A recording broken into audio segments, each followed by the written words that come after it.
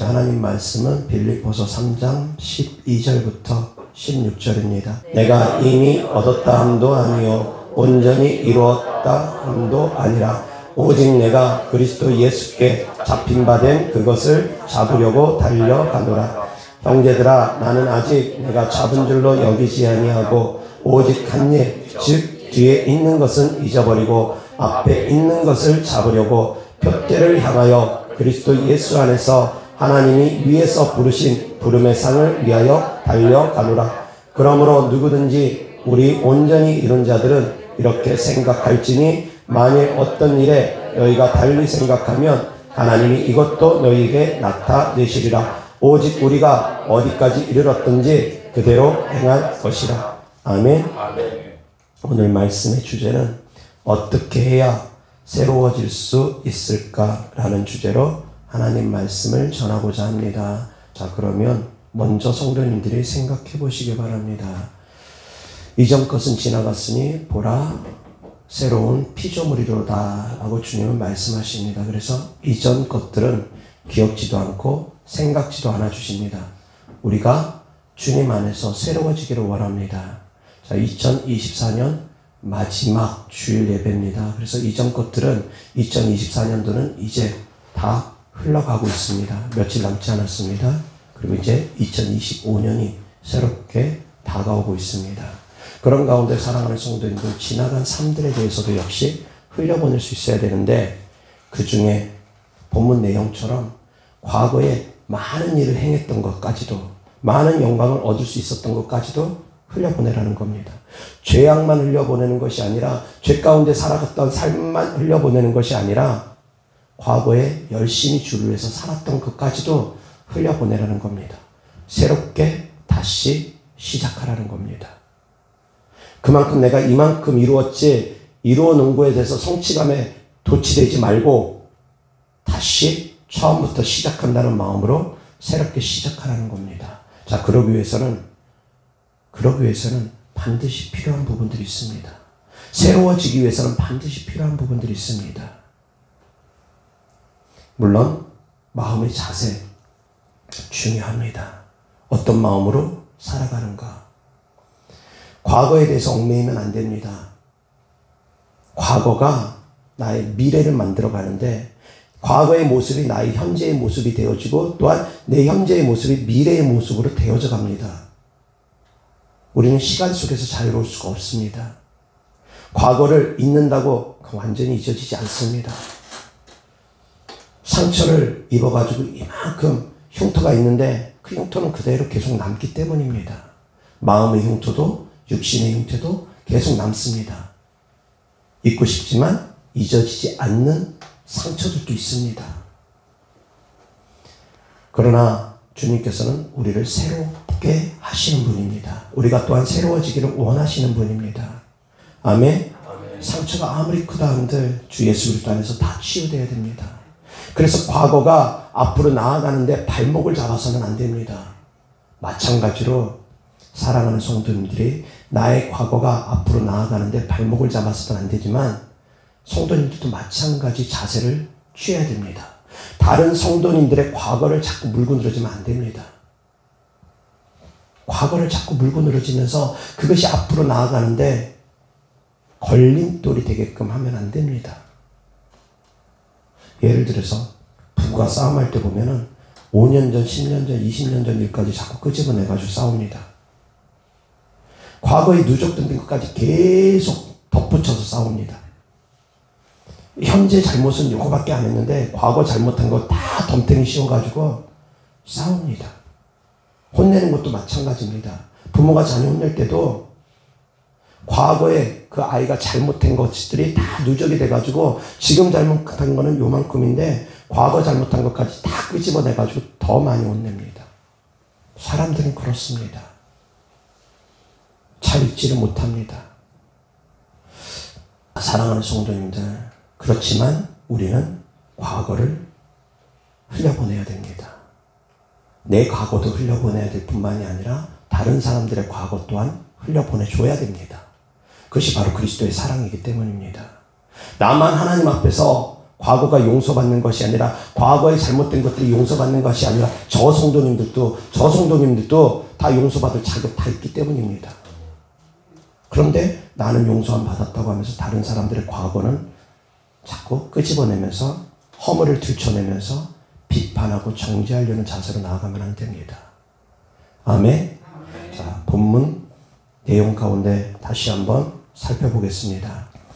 12절부터 시작. 내가 이미 얻었다 함도 아니요 온전히 이루었다 함도 아니라 오직 내가 그리스도 예수께 잡힌 바 된 그것을 잡으려고 달려가노라. 형제들아, 나는 아직 내가 잡은 줄로 여기지 아니하고 오직 한 일, 즉 뒤에 있는 것은 잊어버리고 앞에 있는 것을 잡으려고 표대를 향하여 그리스도 예수 안에서 하나님이 위에서 부르신 부름의 상을 위하여 달려가노라. 그러므로 누구든지 우리 온전히 이룬 자들은 이렇게 생각할지니 만일 어떤 일에 너희가 달리 생각하면 하나님이 이것도 너희에게 나타내시리라. 오직 우리가 어디까지 이르렀든지 그대로 행할 것이라. 아멘. 지금 어디까지 이르렀든지 그거 생각하지 말고 예수 그리스도의 표대를 향해서 계속 앞으로 나아가라는 겁니다. 그동안 이만큼 일을 많이 이루어놨다 하더라도 그거 생각하지 말고 이미 이루어놓은 거 생각하지 말고 처음부터 다시 시작한다는 마음으로 예수 그리스도를 바라보고 예수 그리스도의 표대를 바라보고 앞으로 계속 나아가라는 겁니다. 신앙생활은 멈추면 퇴보합니다. 아셔야지 됩니다. 멈추면 멈춰있는 그대로 머무르지 않습니다. 멈추는 순간 뒤로 밀려나게 되어 있습니다. 왜 그러냐면 멈춰있는 가운데서도 맞바람은 계속 불어오기 때문입니다. 강한 거센 저항들은 계속 밀려오기 때문입니다. 그래서 제자리에 머물고 싶어도 머물 수가 없습니다. 악한 영들의 영적 공격들이 계속 오기 때문입니다. 그래서 멈춰있으면 점점 뒤로 밀려납니다. 자제라에 머물고 싶어도 머물러지지가 않습니다. 영적인 성장도 마찬가지입니다. 제자리에 영적인 성장이 머물러 있는 것 그마저도 그래도 괜찮습니다. 그래도 좀 바람직합니다. 더 성장을 못할 만점 뒤로 퇴보를 하지 않는다면 근데 그렇지가 않습니다. 영적인 성장도 안타깝게도 머물러 있으면 뒷걸음질칩니다. 영적인 나이가 예를 들어서 20살이었는데 머물러 있으면 19살, 18살, 17살 떨어집니다. 영적인 능력도 떨어집니다. 머무르게 되면 제자리에 머무르게 되면 계속 밀려나갈 수밖에 없는 게 영의 세계 원리입니다. 그래서 사랑하는 성도님들이 예수 그리스도의 표대를 바라보면서 계속 앞으로 나아가게 됩니다. 오늘 하루 기도 안 하면 큰 영향 없을지 모릅니다. 그런데 이틀 기도 안 하고 3일 기도 안 하고 일주일 기도 안 하면 분명히 삶 가운데 영향 나타납니다. 오늘 하루 예배 안 드리면 바로 뭔가 나타나지 않을 수도 있습니다. 그런데 한 번 예배 안 드리고 두 번 예배 안 드리고 세 번 예배 안 드리고 그러다 보면 삶 가운데서 분명히 악한 영들의 공격들이 곳곳에서 나타납니다. 그래서 사랑하는 성도님들은 매일매일 기도하는 삶을 살아가야 되고 또한 예배드리는 삶을 살아가야 됩니다. 하나님과 함께 동행하는 삶을 단 하루도 놓치면 안 됩니다. 매일매일 주님과 동행하는 삶을 살아가야 됩니다. 아멘. 그것이 바로 앞으로 나아갈 수 있는 방법입니다. 예수 그리스도의 표대를 바라보면서 앞으로 나아가야 됩니다. 매일매일 하루도 멈추지 말고. 아멘. 천국 가는 그날까지는 우리는 멈추면 안 됩니다. 아멘. 자, 이어서 하나님 말씀 보겠습니다. 요한복음 4장 5절부터 26절까지 말씀인데, 자, 본문 내용은 예수님께서 사마리아 수가성에 가셔서 그 우물가에서 좀 쉬고 계시는 상황 가운데 한 여인이 물을 기르러 찾아왔습니다. 그 여인과의 대화 내용들입니다. 이 여인과의 대화 내용들을 통해서 어떻게 하면 새로워질 수 있을지에 대해서 하나님의 말씀을 전하고자 합니다. 자, 사마리아 수가성 그 근처에는 그리심산이 있습니다. 그리심산은 이스라엘 백성들이 모세의 인도로 가나안을 들어갔을 때 그리심산에서는 축복을 선포하고 에발산에서는 저주를 선포한 산입니다. 그 그리심산이 사마리아 사람들에게는 예배드리는 장소가 되어졌습니다. 그런데 유대인들은 이야기합니다. 너희가 이곳에서 예배드리는 것은 가짜야. 잘못된 거야. 예배는 예루살렘 와서 드려야 돼. 예루살렘에 있는 성전이 진짜야. 그리심단에 있는 성전은 그건 가짜야. 거기서 예배드리면 안 돼. 유대인들이 예루살렘에서 예배드려야 된다고 얘기합니다. 그리고 나서 급기야 BC 129년경에 유대인들이 그 그리심단에 있는 성전을 파괴해버렸습니다. 성전 터만 남았습니다. 그 성전 터만 남았는데도 불구하고 여전히 그 성전 터를 붙잡고 그곳에서 예배드리는 사람들이 있었습니다. 사마리아 사람들이. 그리고 또한 사마리아 사람들의 특징에 대해서 성도님들이 아셔야 될 것은 사마리아 사람들은 순수 혈통이 아닙니다. 순수 이스라엘인이 아닙니다. 혼합됐습니다. BC 722년도에 아수르에 의해서 북이스라엘이 멸망을 하는데 그 아수르 사람들이 어떤 정책을 펴냐면 이방 민족과 그 지역의 민족과 혼혈을 만들어버립니다. 섞어버립니다. 그래서 북이스라엘에 살았던 많은 사람들을 끌고 가가지고 다른 민족하고 섞어버리고 또 북이스라엘 땅이 조금 이제 땅이 인구가 줄어서 여유가 있으니까 다른 민족들을 또 그곳에다 갖다 옮겨놓습니다. 이쪽으로 옮기고 저쪽으로 옮기고 뒤죽박죽 섞어버립니다. 그럼 섞이면은 그 섞인 가운데 이제 사람들이 그 사람들과 결혼을 하게 되니까. 그래서 2세들은 대부분이 다 혼혈민족입니다. 순수 이스라엘의 혈통을 잊어버렸습니다. 그래서 순수 혈통을 유지하고 있는 남유다는 북이스라엘 사람들, 사마리아 사람들과 상종을 하지 않았습니다. 개 취급을 했습니다. 이방인 취급을 했습니다. 순수 혈통을 잃어버렸다 이겁니다. 그런데도 불구하고 사마리아 사람들은 그 과정 가운데서도 예배를 드리고자 했습니다. 순수 혈통을 잊어버렸는데도 불구하고 그들은 예배를 드리고자 했습니다. 그래서 그리심단에서 나름대로 자기 나름대로 예배를 드린 겁니다. 그리고 사마리아 사람들은 하나님의 말씀을 모세 오경만 붙들고 신앙생활을 합니다. 다른 예언서들의 말씀들은 그들에게 없습니다. 그들은 모세 오경만 붙들고 신앙생활을 했습니다. 그래서 하나님에 대해서 깊이 있게 알지 못했습니다. 유대인들이 더 하나님에 대해서 깊이 있게 알았습니다. 왜? 많은 말씀들을 가지고 있었기 때문에. 하나님을 알되 힘써 알기를 주 예수 그리스도 이름으로 축원합니다. 많은 말씀들을 가지고 있었기 때문에 유대인들은 하나님을 더 깊이 있게 알았습니다.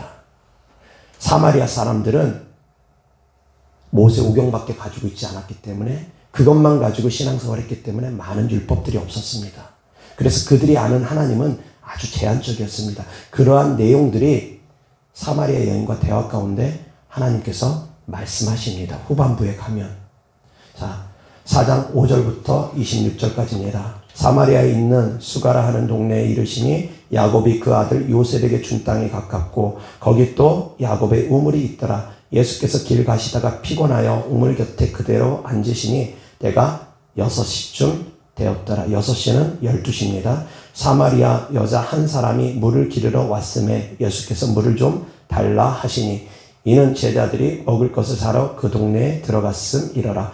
사마리아 여자가 이르되 당신은 유대인으로서 어찌하여 사마리아 여자인 나에게 물을 달라 하나이까 하니 이는 유대인이 사마리아인과 상종하지 아니함이러라. 예수께서 대답하여 이르시되 내가 만일 하나님의 선물과 또 내게 물 좀 달라 하는 이가 누구인지를 알았더라면 내가 그에게 구하였을 것이요 그가 생수를 내게 주었으리라. 여자가 이르되 주여 물 기를 그릇도 없고 이 이물은 급은데 어디서 당신이 이 생수를 얻겠사옵나이까. 우리 조상 야곱이 이 이물을 우리에게 주셨고 또 여기서 자기와 자기 아들들과 짐승이 다 마셨는데 당신이 야곱보다 더 크니이까. 예수께서 대답하여 이르시되 이 물을 마시는 자마다 다시 목마르려니와 내가 주는 물을 마시는 자는 영원히 목마르지 아니하리니 내가 주는 물은 그 속에서 영생하도록 솟아나는 샘물이 되리라. 여자가 이르되 주여 그런 물을 내게 주사 목마르지도 않고 또 여기 물 기르러 오지도 않게 하옵소서. 이르시되 가서 내 남편을 불러오라. 여자가 대답하여 이르되 나는 남편이 없나이다. 예수께서 이르시되 내가 남편이 없다는 말이 옳도다. 너에게 남편 5이 있었고 지금 있는 자도 내 남편이 아니니 내 말이 참되도다. 여자가 이르되 주여 내가 보니 선지자로서이다. 우리 조상들은 이 산에서 예배하였는데 이 산이 그리심산입니다. 당신들의 말은 예배할 곳이 예루살렘에 있다 하더이다. 예수께서 이르시되 여자여 내 말을 믿으라. 이 산에서도 말고 예루살렘에서도 말고 너희가 아버지께 예배할 때가 이르리라. 너희는 알지 못하는 것을 예배하고 하나님에 대해서 정확하게 알지 못하는 상태입니다. 우리는 아는 것을 예배하노니 이는 구원이 유대인에게서 남이라. 아버지께 참되게 예배하는 자들은 영과 진리로 예배할 때가 오나니 곧 이때라. 아버지께서는 자기에게 이렇게 예배하는 자들을 찾으시느니라. 하나님은 영이시니 예배하는 자가 영과 진리로 예배할지니라. 여자가 이르되 메시아 곧 그리스도라 하는 이가 오실 줄을 내가 아노니 그가 오시면 모든 것을 우리에게 알려주시리이다. 예수께서 이르시되 내게 말하는 내가 그라 하시니라. 아멘. 아멘. 사마리아 여인과의 대화 가운데 어떻게 하면 새로워질 수 있는지에 대해서 사랑하는 성도님들 깨닫는 시간 되시기를 바랍니다. 예수님께서 많이 피곤하셔가지고 우물가 옆에서 덜썩 주저앉아 계십니다. 그런 가운데 한 여인이 지금 현재 시간으로 낮 12시에 물을 기르러 옵니다. 그 이스라엘의 낮 12시는 많이 뜨거운 햇볕 아래 있습니다. 많이 더운 날씨입니다. 그런데 그 많이 더운 날씨에 이 여인이 물을 기르러 온 배경은 이 여인의 과거의 삶 때문입니다. 사람들의 이목을 좀 피하고 싶은 이 여인의 마음 때문입니다. 왜 그러냐면 이 여인은 남편 5이 있었고 지금 있는 사람도 남편이 아니랍니다. 남편 5이 이미 있었고 지금 있는 사람도 남편이 아니랍니다. 그런 상황이다 보니까 사람들의 이목을 피해서 낮 12시에 물을 길러 왔을 것이라고 추정을 합니다. 그런 가운데 예수님께서 그 여인에게 한마디를 붙입니다. 나에게 물 좀 달라. 그러니까 이 여인이 이제 예수님께 이렇게 대답합니다. 당신은 유대인이면서 나에게 말을 겁니까? 왜? 유대인들은 사마리아 사람하고 말도 안 섞었습니다. 자, 그렇게 사람 취급을 유대인들이 사마리아 사람들 하지 않았는데 예수님께서 말을 붙이니까 물 좀 달라 하니까 당신은 사마리아 유대인으로서 나에게 말을 붙이십니까? 그 얘기를 합니다. 그러니까 이제 예수님께서 이렇게 대답을 합니다. 너가 하나님의 선물과, 여기서 중요한 부분 하나님의 선물입니다. 하나님의 선물과 너에게 말하는 내가 누구인 줄 알았더라면 오히려 네가 나에게 물을 달라 했을 것이다. 처음에는 예수님이 물을 달라고 하시더니만 네가 나를 알았더라면 너가 오히려 나한테 물을 달라 했을 것이다. 그렇게 말씀을 합니다. 그러니까 이 사마리아 여인이 이제 궁금해집니다. 당신에게는 물 그릇도 없고 이 우물은 깊은데 어떻게 물을 나에게 줄 수 있겠습니까? 왜? 이 여인은 육신적인 생각만 하고 있습니다. 하나님은 영적인 말씀을 전하고자 하는데 영적인 것을 전하고자 하는데 이 여인은 육신적인 것만 생각하고 있습니다. 서로 채널이 다릅니다. 그러다 보니까 여인이 엉뚱한 소리 하는 겁니다. 예수님이 갑자기 물을 달라 하시더니 이제는 내가 너에게 물을 줄 수 있는 사람이다 라고 말을 하니 이해가 안 될 겁니다. 그래서 여인이 동문서답하듯이 그럴 수밖에 없습니다. 육신의 눈에 가려져서 그렇게 답변합니다. 이 우물은 깊고 당신에게는 물 그릇 기릇도 없는데 무슨 나에게 물을 준다고 하십니까? 이 우물은 우리 조상 야곱이 우리에게 물려준 우물입니다. 당신이 야곱보다 더 큰 사람입니까? 그렇게 질문을 합니다. 예수님께서 말씀하십니다. 이 우물을 먹는 자들마다 다시 목마르려니와 내가 주는 물을 마시는 자들은 영원토록 솟아나는 샘물이 되어서 목마르지 않을 것이다. 이 물을 마시는 자마다, 거기에 있는 야곱의 우물을 마시는 자마다 다시 목마름을 느끼겠지만 내가 주는 물을 마시는 자는 영원히 목마르지 않을 것이다. 그러니 이 여인이 이제 예수님께 그럽니다. 그런 금을 나에게 좀 주십시오. 그런 금을 좀 나에게 주십시오. 그러니 예수님께서 이번엔 이렇게 말씀하십니다. 가서 네 남편을 데려오라. 남편 데려오랍니다. 물 달라고 하니까. 그러니까 이 여인이 이제 뭐라고 말하냐면 나에게 남편이 없습니다. 자, 앞선 대화와 지금의 대화를 분위기를 보십시오. 앞선 대화는 이 사마리아 여인이 주저리 말이 많았습니다. 근데 네 남편 데려오라 그러니까 딱 한마디 합니다. 난 남편 없습니다. 어쩌면 정색해서 말했을 수도 있다고 생각을 합니다. 왜? 자기의 아픈 상처들이기 때문에, 들추고 싶지 않기 때문에, 말하고 싶지 않기 때문에, 감춰버리고 싶은 예들이기 때문에 감추고 싶다라는 겁니다. 말하고 싶지 않다라는 겁니다.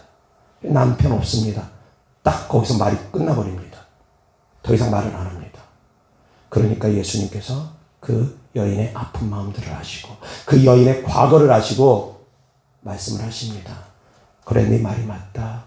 너에게 남편 5이 있었지만, 전에는 남편 5이 있었지만 그 사람들은 다 사라지고 지금 같이 살고 있는 그 사람도 네 남편이 아니구나. 누구랑 동거하고 있는지, 유부남이랑 동거를 하고 있는 건지, 아니면 결혼을 안 하고 그냥 동거하고 있는 건지. 지금 있는 사람도 네 남편이 아니구나. 자, 여기서 아시기 바랍니다. 이혼이 죄입니까? 죄가 아닙니까? 공식적으로는 이혼은 죄입니다. 공식적으로는 하나님께서 짝지어준 사람이 나누지 말라고 합니다. 공식적으로는 죄입니다. 그런데 이 사마리아 여인이 5번을 결혼을 했습니다. 남편 5을 뒀습니다. 6번째는 결혼도 안 하고 그냥 살고 있습니다. 그런데 하나님께서 그 여인을 책망하지 않습니다. 그 죄에 대해서 하나님께서 책망하지 않습니다.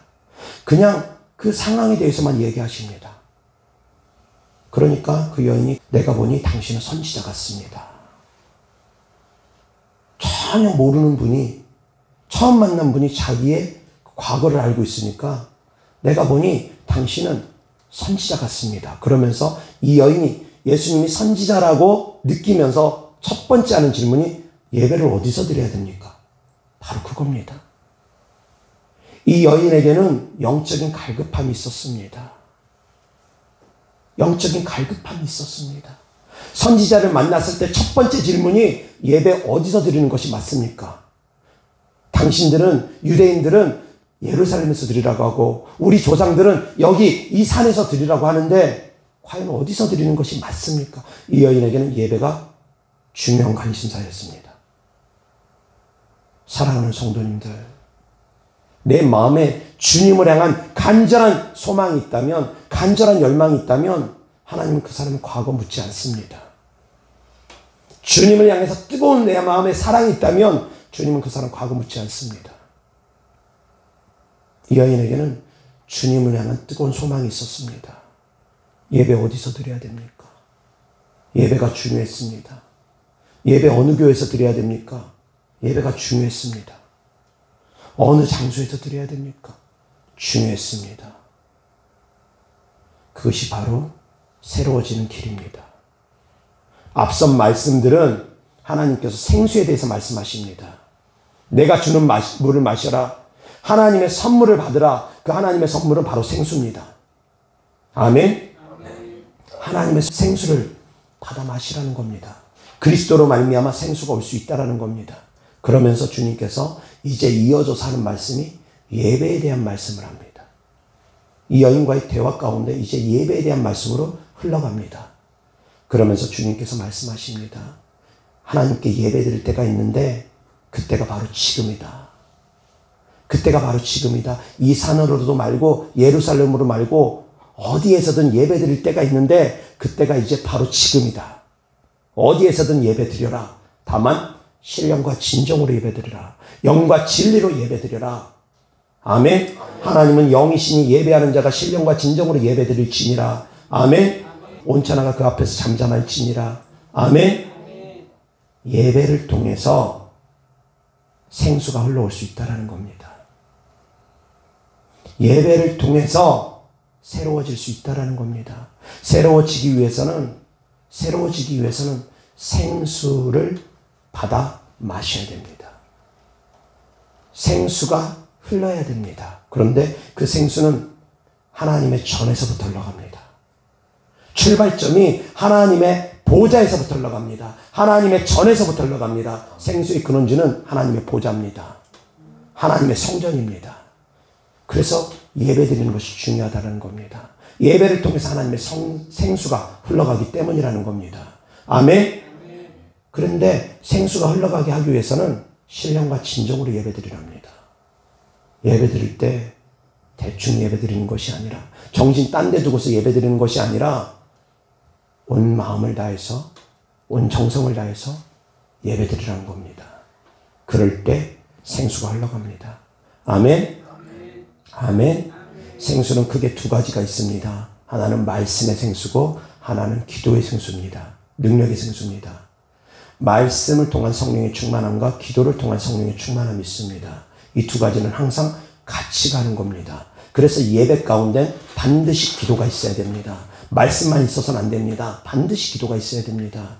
그런데 현재 교회의 모습들은 기도가 너무 많이 사라졌습니다. 예배 가운데 기도가 너무 많이 사라졌습니다.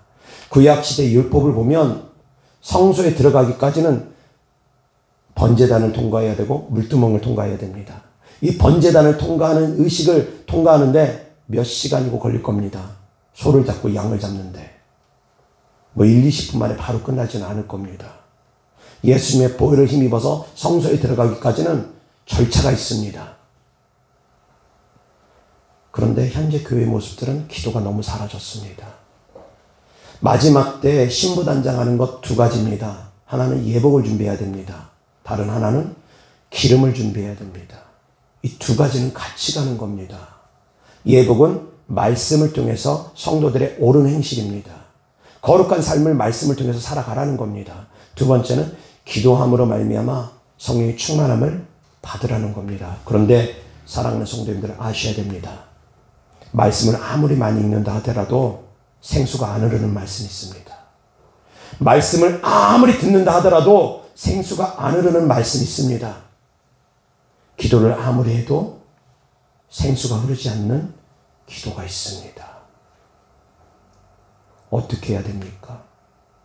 어떻게 해야지만 이 생수가 흐르겠습니까? 주님과 교통해야 됩니다. 생수는 보좌에서부터 출발하기 때문입니다. 보좌에 집중해야 됩니다. 표대 대신 예수 그리스도에 집중해야 됩니다. 주님을 바라봐야 됩니다. 말씀을 들을 때, 말씀을 읽을 때 주님께 집중해야 됩니다. 말씀을 들을 때, 말씀을 읽을 때 주님께 집중해야 됩니다. 기도를 드릴 때, 기도를 받을 때 주님께 집중해야 됩니다. 주님께 집중하지 않으면 흘러가지 않습니다. 집중해야 됩니다. 아멘? 아멘? 그래야지만이, 생수가 흘러야지만이 나의 과거의 삶들이 청산되어집니다. 새로워집니다. 아멘? 아멘? 가늠하다가 현장에서 붙잡힌 여인이 있었습니다. 주님께서 그 여인에게 네가 왜 그런 죄를 졌느냐 물으십니까? 묻지 않으셨습니다. 그 여인이 회개했습니까? 회개했습니까? 회개한 장면이 나오질 않습니다. 근데 하나님께서 그 여인을 향해서 너를 정죄하는 자들이 있느냐? 나도 너를 정죄하지 아니하노니 다시는 죄를 범하지 말라 하면서 돌려보냅니다. 자, 이 여인 회개한 장면 안 나왔습니다. 근데 왜 예수님께서 이 여인을 정죄하지 않으시고 구원해 주셨을까 생각을 해봅니다.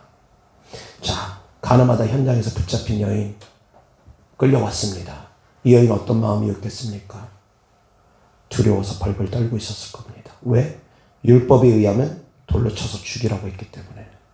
예수님의 말 한마디에 따라서 이제 이 여인은 죽을 수도 있고 살 수도 있기 때문에 부들부들 떨면서 그 앞에 끌려왔을 겁니다.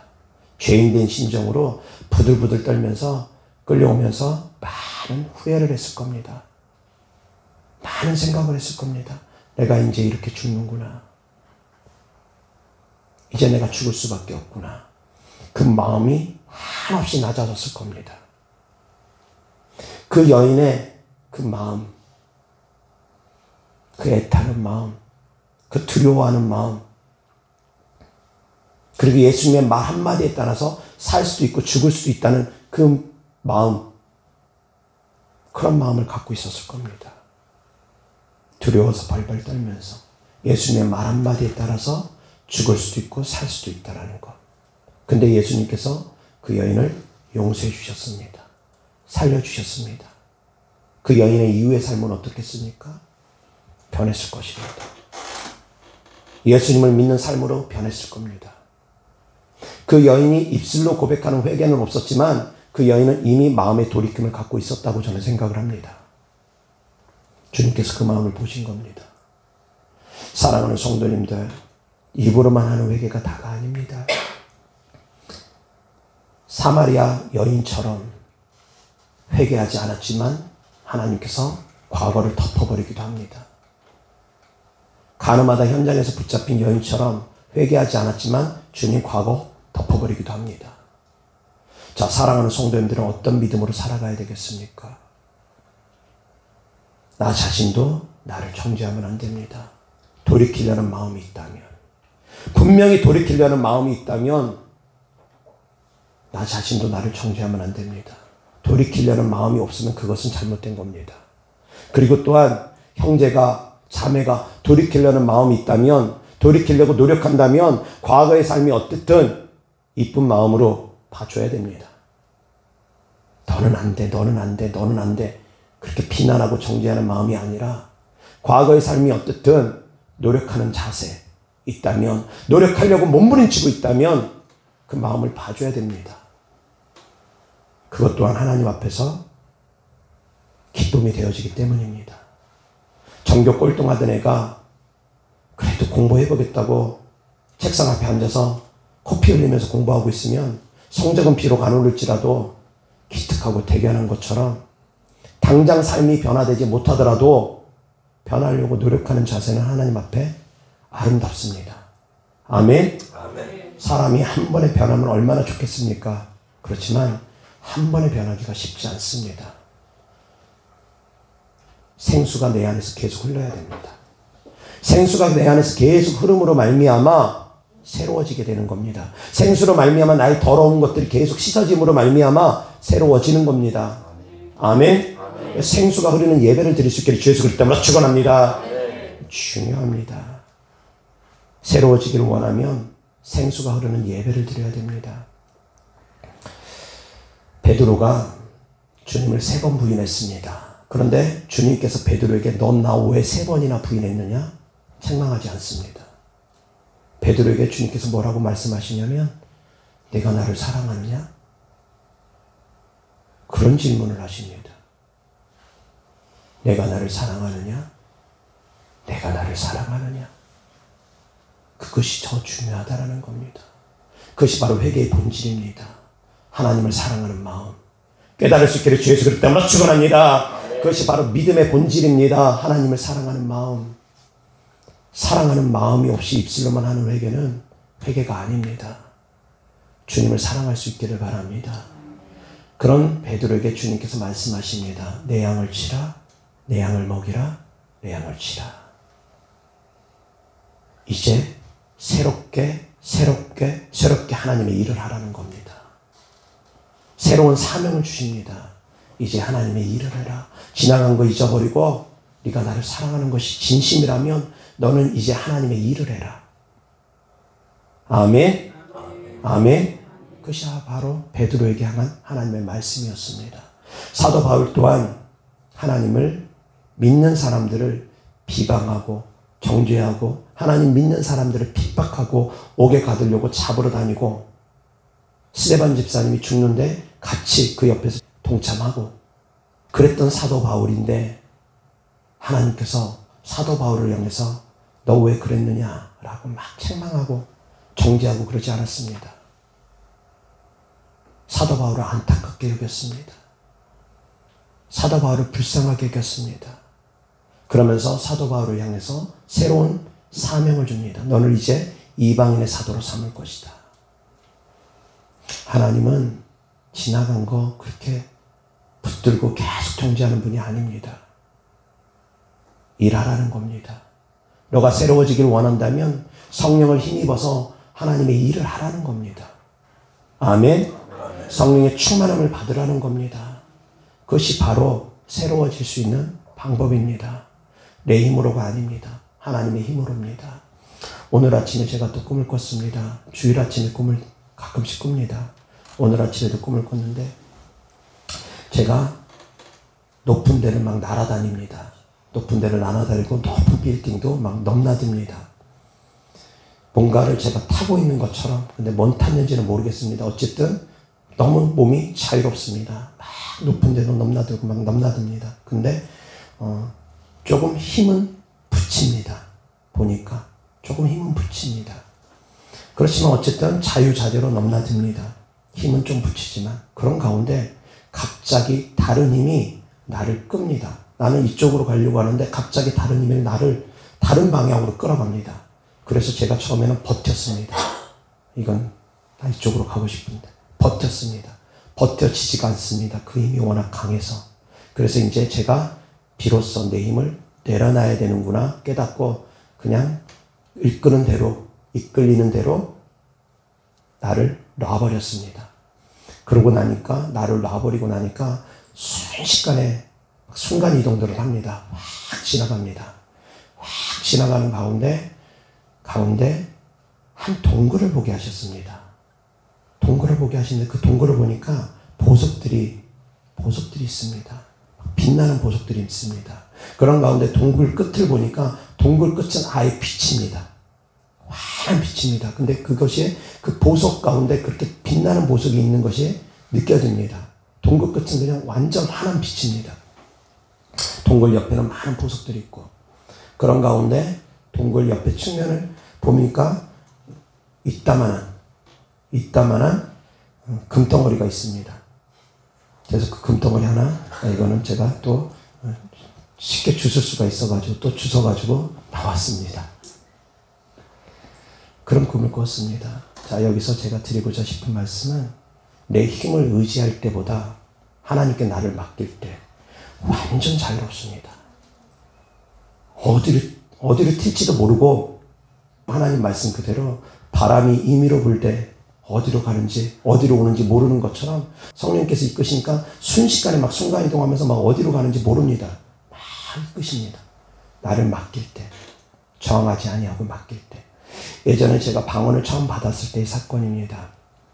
방언을 처음 받고 성령이 강하게 임재하니까 갑자기 알지 못하는 말들이 언어적인 말들이 막 나오는데 쏟아져 나오는데 그때 제가 방언 처음 받았을 때 그 생판 모르는 자매님이 할렐루야 할렐루야 하면 된다고 그래가지고 할렐루야 할렐루야 두 번째 하는 가운데 갑자기 혀가 꼬부라지면서 말이 나오는데 내 의지가 여전히 할렐루야 하려는 의지가 남아있다 보니까 내 의지하고 하나님이 내 안에서 부어주시는 의지하고 충돌을 해버립니다. 그래서 처음에 할렐루야 할렐루야 하면서 방언을 받다 보니까 이 충돌이 일어나서 발음이 부정확하면서 혀가 약간 꼬이는 듯한 느낌, 뭔가 좀 부자연스러운 느낌을 제가 받았고 옆에 저를 할렐루야 할렐루야 하라고 했던 그 자매님도 제가 발음이 부자연스러운 것을 깨닫고 하나님께 온전히 하면 맡기라고 저한테 얘기를 해줍니다. 처음에 그래서 방언 받을 때는 할렐루야 할렐루야 하다가 러드면 스카라인더 캐라비 이렇게 막 흘러가는데 할렐루야 할렐루야 하여튼 막 충돌이 되면서 나는 할렐루야 하려고 하고 강한 하나님의 임재는 내 혀를 다르게 발음을 하게 하려고 충돌이 일어나니까 혀가 약간 씹히는 느낌도 좀 받았는데 그런 가운데 내 의지를 이제 완전히 내려놓으라고 해서 그냥 혀를 하나님께 맡긴다는 마음으로 그냥 내버려 뒀습니다. 그러고 나니까 이제 방언이 유창하게 흘러가면서 또 바뀌고 또 바뀌고 또 바뀌고 그런 것을 방언 받았을 때 제가 경험을 했습니다. 내 의지가 살아있으면 충돌합니다. 부자연스럽습니다. 하나님께 온전히 맡길 수 있기를 주 예수 그리스도로 축원합니다. 기도는 바로 그런 것입니다. 예배는 바로 그런 것입니다. 말씀은 바로 그런 것입니다. 내 생각과 내 감정과 내 의지를 완전히 내려놓을 때 주님과 교통함이 있고 주님과의 교통함을 통해서 하나님은 우리에게 생수를 부어주십니다. 아멘.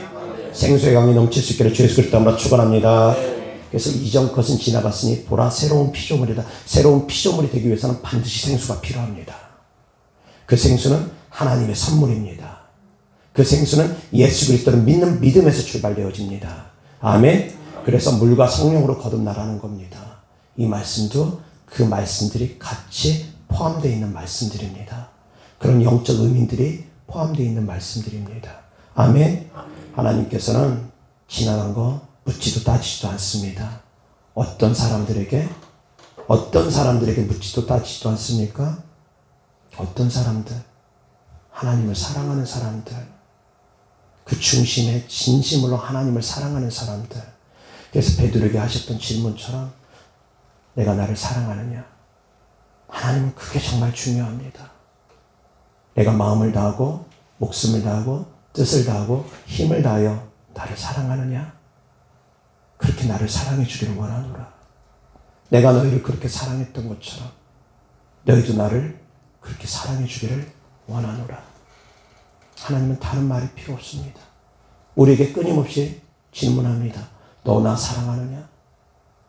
사랑하는 연인들이 대화 나누면서 나 사랑해? 나 사랑해? 나 사랑해? 그래, 사랑해. 듣고 또 들어도 또 물어봅니다. 나 사랑해? 진짜 사랑해? 얼만큼 사랑해? 사랑은 유치합니다. 그렇지만 듣고 또 들어도 좋습니다. 하나님도 그러신 분입니다. 그래서 우리가 하나님께 사랑의 고백을 드리면 하나님 기뻐하십니다. 너 나 사랑하느냐? 너 나 사랑하느냐? 너 나 사랑하느냐? 주님 사랑합니다. 그러한 고백이 성도님 가운데 있기를 주 예수 그리스도 이름으로 축원합니다. 아멘. 주님 사랑합니까? 주님은 그 고백을 다른 어떤 고백보다 듣고 싶어 하시는 분입니다. 회개 중요합니다. 회개의 중심된 마음은 주님을 향한 사랑이라는 걸 깨달을 수 있기를 바랍니다. 아멘. 사랑이 새롭게 변화시킬 것입니다. 아멘. 사랑할 때 생수의 강이 흐르고 넘치게 될 것입니다. 아멘. 기도하겠습니다. 하나님 아버지 감사합니다. 사랑합니다. 우리 또한 나 또한 주님을 사랑합니다. 하나님 아버지 세상 끝날까지 우리와 함께 계신 하나님의 사랑 가운데 우리가 날마다 거하기를 원합니다. 우리 또한 날마다 주님을 사랑한다 고백하기를 원하고 주님을 사랑하는 삶을 살아가기를 원합니다. 그래서 사랑하는 성도님들이 날마다 더욱더 새로워지는 삶을 살아가게 하여 주시옵소서. 주님께 드려진 예물들을 축복합니다. 주님을 사랑하는 마음으로 천국의 소망을 두는 믿음으로 드린 예물들마다 주께서 기뻐 받아 주셔서 30배, 60배, 100배 심은 대로 열매 맺게 하여 주시옵소서. 우리 주 예수 그리스도 이름으로 축복하며 기도드렸습니다. 아멘.